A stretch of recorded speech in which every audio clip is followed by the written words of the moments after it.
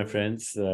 Continuing our conversations with luminaries and influencers. And speaking of cutting-edge science and spirituality, I have the privilege of speaking today to Thomas Legrand. This is the book, Politics of Being, Wisdom and Science for a New Development Paradigm. I've been reading this book, and I recommend anyone who's interested in preventing our collective consciousness sleepwalking to extinction should read this book. It's a very important, practical, almost, I would say, treatise on where we are as a global community, where we are going, and how we have this moment to choose the road less traveled, as they say. So very delighted to have you, Thomas. Thank you for joining me. I've been reading your wonderful book, Underlying Pages, and thinking how this critical thinking that you have here, if it reached critical mass, we could indeed hope for a more peaceful, just, sustainable, healthier, and joyful world. So without further ado, thank you once again. Thank you, Deepak. I've been reading about your background, where you grew up and your travels and your work with UNESCO and other organizations. Tell me, first of all, what was the motivation to write this? Yeah, thanks, Deepak. It's a pleasure to be with you. Thanks for inviting me to read, and thanks for taking the time to read the book. I think, as you have seen, I think it all started in my spiritual journey and an encounter with native spirituality in Mexico when I was ending my studies, and the recognition, like how much difference it made in my life. And also at that time, I was starting to hear in Mexico this Mayan prophecy talking about a shift of consciousness coming, no? And as a young student, it made a lot of sense to me, just at looking at the situation of all our different economic, political systems, the degradation of the environment. So it was clear there was a big change coming forward, and that it was all about this shift of consciousness. And usually there is a lot, we take often a bottom-up approach, like people individually go through their own process of transformation, and then little by little the society changes, right? And as I was doing all this work with the United Nations and working with governments on policies, etc., little by little I started to ask myself, okay, how can we support and facilitate and embody this process in all social systems, in a different education system, in a different political system, in a different economic system, etc., etc. So I started to, I think in 2012, I really heard deeply this calling for me to write that book. At the beginning, I thought I would do more a collective book, like inviting experts from many different fields with their own spiritual tradition, their own insights to tell us what they think should be done very concretely in different sectors. And I did not get very good answers from the people I reached out to. I was 10 years ago. I was also younger. So at some point I decided to, because I was really seeing such a gap to me, you know, in this book, Politics of Being, I build on this sentence from the Earth Charter, which says, when basic needs have been met, human development is primarily about being more rather than having more. And I was always wondering, you know, why no one has yet developed, you know, what this means, both theoretically, but especially concretely, with very concrete public policies and systems in different sectors. And so I was really feeling the need to write that book. And at some point, the conditions were ripe for me to dedicate this time. And it was a long journey. I was able to really look at what a lot of different people are saying and doing in different communities. As you know, I live also next to a Zen monastery of Zen master Thich Nhat. So I had time also to contemplate for all these years on these issues. And at some point in 2019, 2020 in particular, I was able to dedicate the time to really write about it. And yeah. No, well, thank you. That's a very good introduction to your work and where you are at the moment. I had the good fortune to meet Thich Nhat Hanh more than once over the years. But the last time was here in New York, where I had a studio, and he actually was gracious enough to come and speak, and we had a dialogue. And, some people were accompanying him.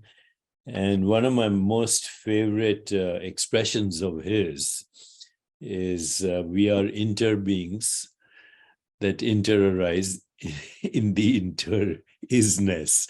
It's, what the Buddhists call the hallucination of the separate conditioned mind, which is the cause of every problem in the world right now. All problems are actually ideological problems, whether it's communism, socialism, capitalism, religion. All the conflicts are just about people's ideas that come from the separate self. And this idea that there is no such thing as the separate self has been, the core understanding, and of course Buddhism, but also in Advaita and Kashmir Shaivism and Abhinava Gupta, etc. So I get it that today science is also going in that direction. We are talking about quantum entanglement at the level of particles. I've been watching the science this year. The Nobel Prize went to a couple of French guys, included Alain Aspect and all. And I've had the good fortune of being on some emails that, we are all privy to.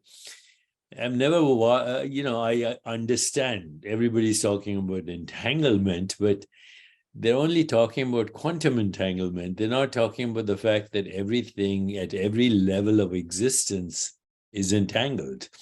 At every level, whether it's thought or feeling or emotion, or our imagination, or the way we do science, or the way we explore reality, philosophy, everything. That's it. There's only entanglement. The separate self does not exist. So I totally get, the message that you have here. What I'm curious about is, and right now you're in France, right? Yes. It's a mess everywhere, with climate change, health issues, happiness, joy, whatever, everything that we call reality is right now at risk. There's conflict, and there are mechanized ways of killing each other now. What's happening in Ukraine and what's happening in the United States, what's happening in Europe. It seems like very dark. Your book is very hopeful. So tell me, do you have reason to see that somehow this message is going to get through? And who is listening? Who is listening?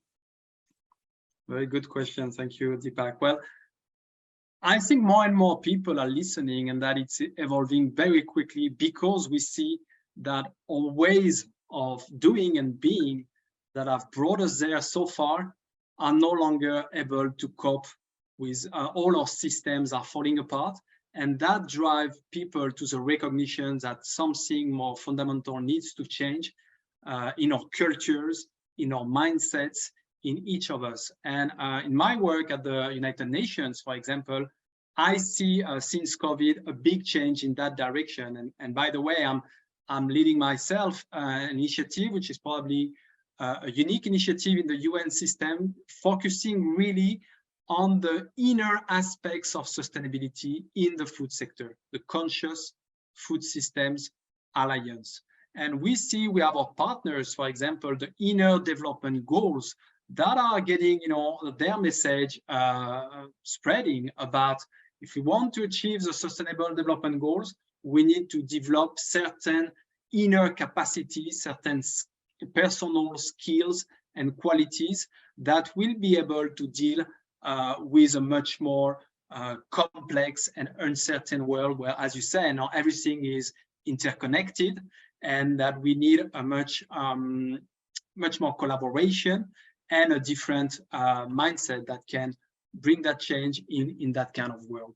So I'm quite hopeful, and I see, as I show in the book, I see how the science in the last decades in many fields is coming together to tell us a new story about the world, about our human and social potential. And I think, that's could be the basis for different cultures, a global civilization. And of course, I think we will never make that transition if we were not forced to, because of the peril of extinction. So we can see the darkness, and it's true, it's very difficult times, but at the same time, it brings an evolutionary pressure.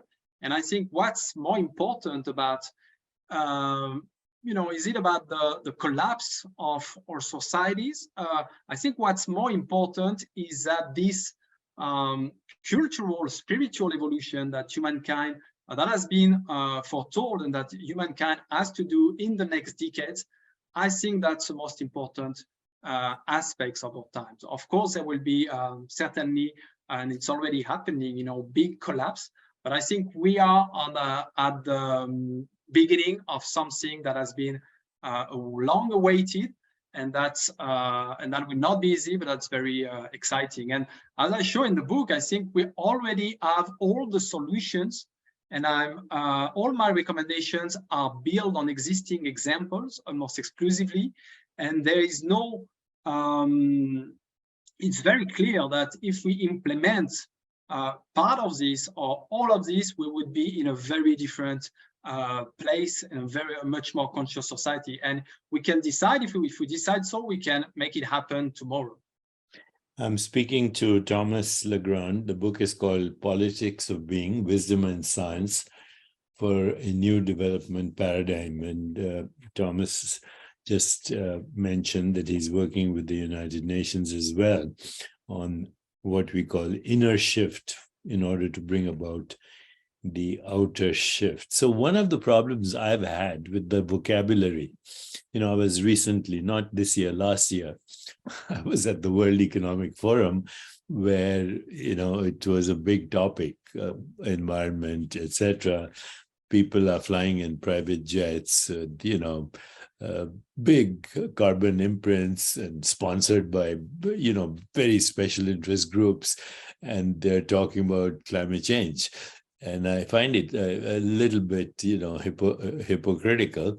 But one of the things I have always wondered is the way we use language in the West. It's always me and the world. I'm here and there is the universe, and that is the environment. I think that is right in the first step. We lose it because, what we call the environment in ancient wisdom traditions, spiritual traditions, is our body. The air is our breath. The trees are our lungs. If trees didn't breathe, we wouldn't breathe. We didn't breathe, trees wouldn't breathe.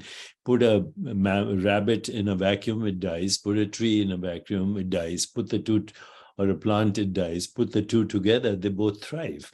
I mean, it's so obvious that there is no such thing as an environment. The rivers are our circulation. The earth is our body, recycling. The air is our breath. The trees are our lungs, and the stars gave us the atoms which are circulating in our body. So why do we call it the world? It's one biosphere, and we have a personal body, we have a universal body. They're both equally ours. You want to fall in love with your personal body, you have to fall in love with your universal body. That's the first shift we need, and then these policies will work.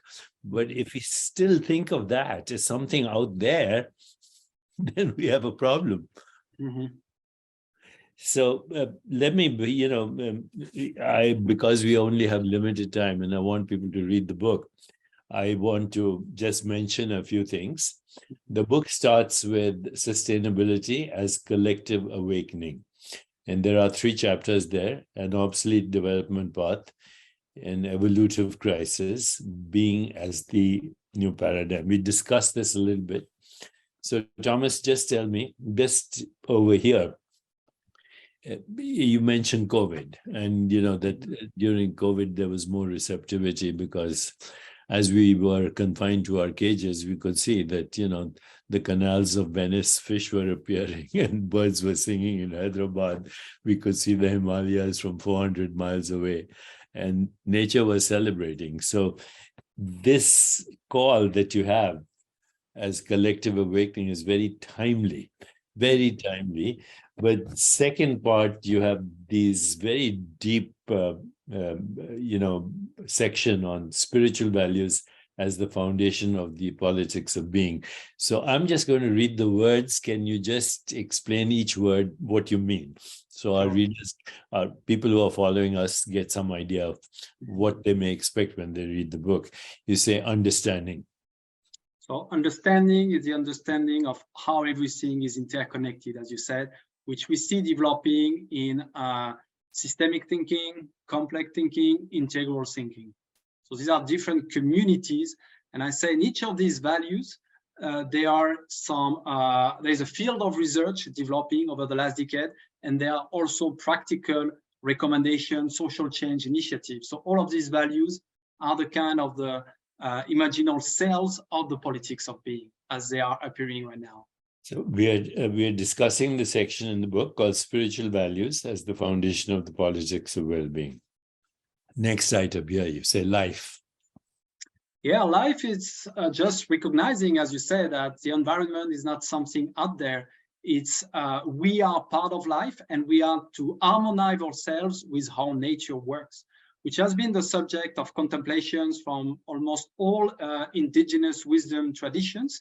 And right now we see that appearing in many sectors. More and more people say we need to learn from nature to be able to live harmoniously, organize ourselves in the way mimicking how nature works. Happiness. So happiness, it has been proposed as a new development paradigm by Bhutan. We see all this agenda. There's a new science of happiness and well-being that is telling us, what are the conditions for individual and collective well-being. So obviously there is something we need to take stock as societies and to support more build happier cultures. Love.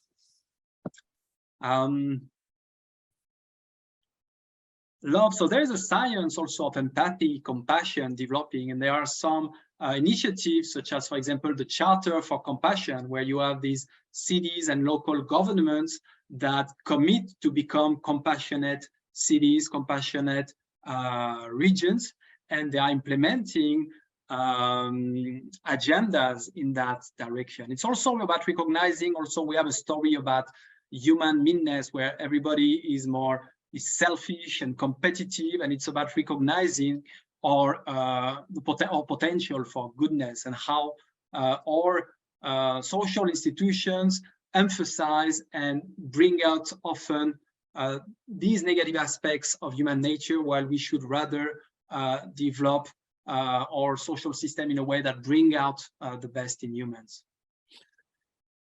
The next item here is peace. So, many years ago, I wrote a book called Peace is the Way.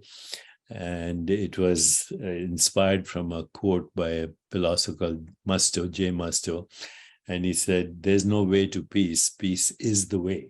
Mm-hmm. And recently, because of my social media and the reach I have, I've been doing interviews with CNN International and other people offering techniques for conflict resolution. And other than some schools and some, urban communities, no one has accepted my offer to to bring about peace, because we know what the techniques are: nonviolent communication. You said empathy, compassion, love, action, equanimity, and you mentioned mindfulness, light. But so far, at least, maybe I'm getting too old, but nobody has responded to my call. But what we are seeing in this book is a very clear outline. If we follow these principles, this actually gets us in touch with our own inner self. And if there's a critical mass of people who are going to be the change they want to see in the world, as Mahatma Gandhi said, then we have hope. But otherwise, it becomes politics as usual. The fact that you're working with United Nations on both peace, mindfulness, is very encouraging. Are you getting a good response? Yeah, we see it's very new, but we see much more interest, as I was saying. People really more and more focus at the bottom line is a shift of mindsets. So I see a lot of new emphasis on that, and that we need to work differently. And as I've said, the fact that we have been able to launch and get some traction with this Conscious Food Systems Alliance, for example, is a very positive sign. I think people also are eager to step into different spaces when we can have deeper, more personal, more connecting conversations, because often the way we frame the problem, the way we have these technical discussions, but often we are working within a specific paradigm and we don't have the space to go deeper and transcend it. And what do you mean by light here? Yeah, that's a good question. So what do you mean by this one is about the subtle aspect of reality. So I could call it also mystery. People you were mentioning, for example, work on quantum physics, etc. And basically, that's a wiser society, a more advanced society would dedicate much more resources, attention to look deeply into the mystery of life, right? And using, of course, science for that. Often right now, what we see that the scientists are there to explore these areas often are, sidelined. It's not good for their career. They can't even sometimes publish what they have been able to see. So just a recognition that we need to open up to the mystery of our lives, of the universe. It's a great topic of fascination to me, with all the, first of all, light ultimately is also matter. Matter is light, but light is colorless and massless and dimensionless, and yet we experience this world of light with colors and shapes and forms. As you know, that's called the hard problem of consciousness. Ultimately, I think unless science recognizes that photons by themselves have no light, only it's the awareness, the light of awareness, that gives color and shape and form. And that light of awareness is the ultimate reality. That's why in every religion they say first there was the light. God said, let there be light, and then this whole thing appeared. And we're getting close, but we're not there yet.